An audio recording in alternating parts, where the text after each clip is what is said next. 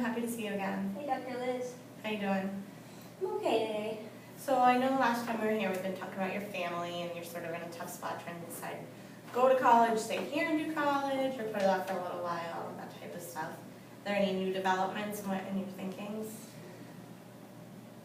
Yeah, well, I know I told you a little bit about my sister sort of disappearing. And so we did hear from her recently, and she's getting really hard into alcohol. And so I'm just feeling like now that's adding to their stress. I'm sure. Yeah. How do you know that she's getting more into alcohol? Did she share that with you? Yeah, well, we have some Facebook friends in common, and there's a lot of cousins, and so it's pretty open at this point. Mm-hmm. Now, where is she? Is she living with family? I'm sorry, remind me. She's in Miami. Okay. Yeah. With her boyfriend. Okay. Tell me a little bit about when you guys were growing up, how that was when you were together. Well, she's 3 years older than me, and I think until we were maybe, I don't know, maybe when I was like 12 and she was 15, I always wanted to be just like her. She was my big sister, and I mean, I think it was a regular, like, get away from me little, Mm-hmm. And I always just wanted to follow in her footsteps, and she just kind of spiraled out of control pretty quickly, and so she's pretty much out of the picture in terms of helping us right now. Okay.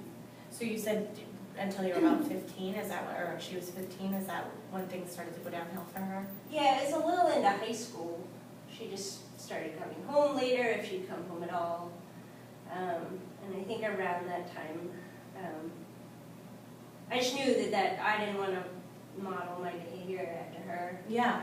And I think that's kind of the point when I got more into school. Mm-hmm. Certainly. So is she in school now? No, she went to a community college for, I think, 2 semesters, and my parents aren't helping her anymore with it. No. But did they help her get there? Yeah, they were trying to kind of correct her direction. Mm-hmm. But now that she's so far away, we're just not really in touch with her. Right. Yeah. I'm wondering if they helped her through the application process for college, because I know you're having a hard time with that. Yeah. Well, because there's some cousins down there, and it wasn't. She didn't go to school full time. She just took a few classes. Okay. So I don't think there was like too much pressure on my parents in that respect. And she started out doing okay, and then just essentially wasted my parents' money. Mm. And I'm sure that's kind of carrying over, their feelings towards you going away. Yeah, I feel like there's so much responsibility or so much pressure on me to. I've never let them down that way. Mm-hmm. And I don't think that it's part of my nature, but I guess I don't think of myself as an angry person, but when you talk about this week, I'm starting to get really pissed off at my sister. I'm sure. Tell me, Matt, why? Well, we're in such a bind right now. I feel like now I'm the big sister, and on top of trying to pick up the slack, I am still trying to keep up my grades, and she's just out there, and it's just really selfish because my mom can't. We don't even really want to tell my mom how bad she's doing. We don't want to burden her, and I feel like she could control her drinking, or Yeah. So it sounds like to me she's not working full time. Is that correct?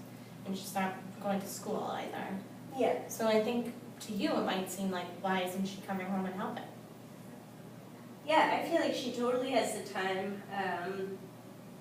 It's how we grew up to respect and love our parents, and I don't know if she can't deal with it or what the problem is, but I'm starting to resent her because this is kind of my time to shine.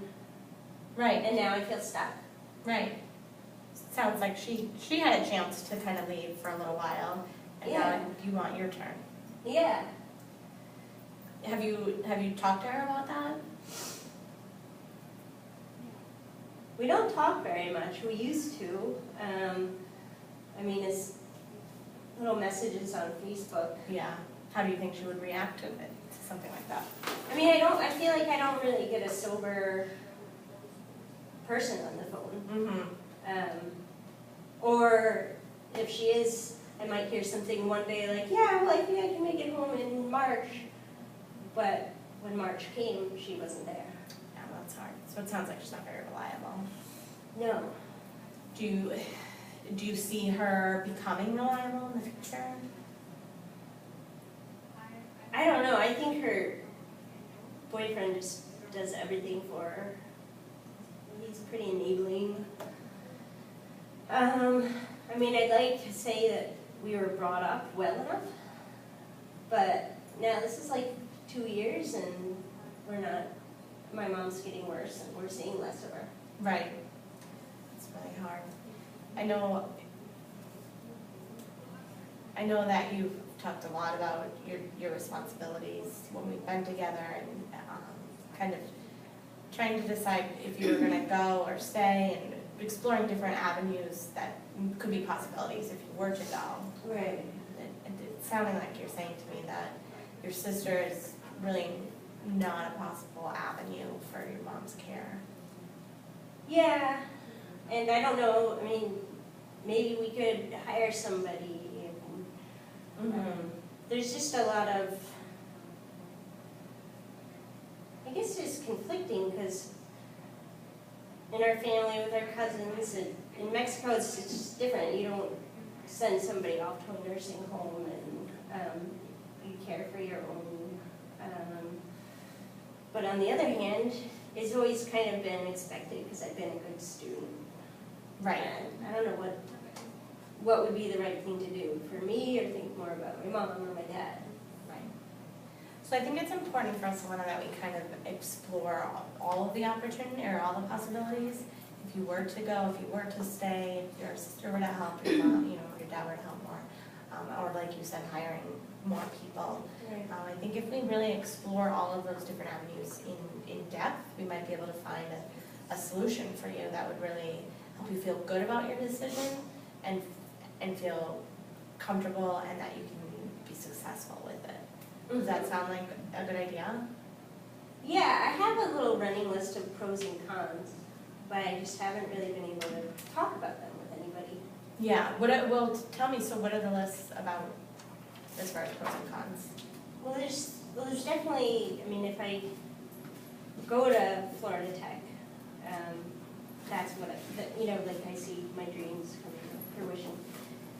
Whereas if I stay home and take care of my mom part-time, I think that school could take 6 years. And I don't really want to become a stereotype and like get married at 19, and I don't want to fall into that. Yeah, that's understandable. So I think a good idea, I love the idea of having a pros and cons list, and I think that's really gonna help you. So possibly if we may go through, as we go through and explore different avenues, we could make pros and cons lists for all of those. Okay. Does that sound like something that we could work on for the next couple of weeks? Yeah, definitely. Okay. I think that'll be really helpful, and I'll look forward to seeing you next week. Great, All right, thanks.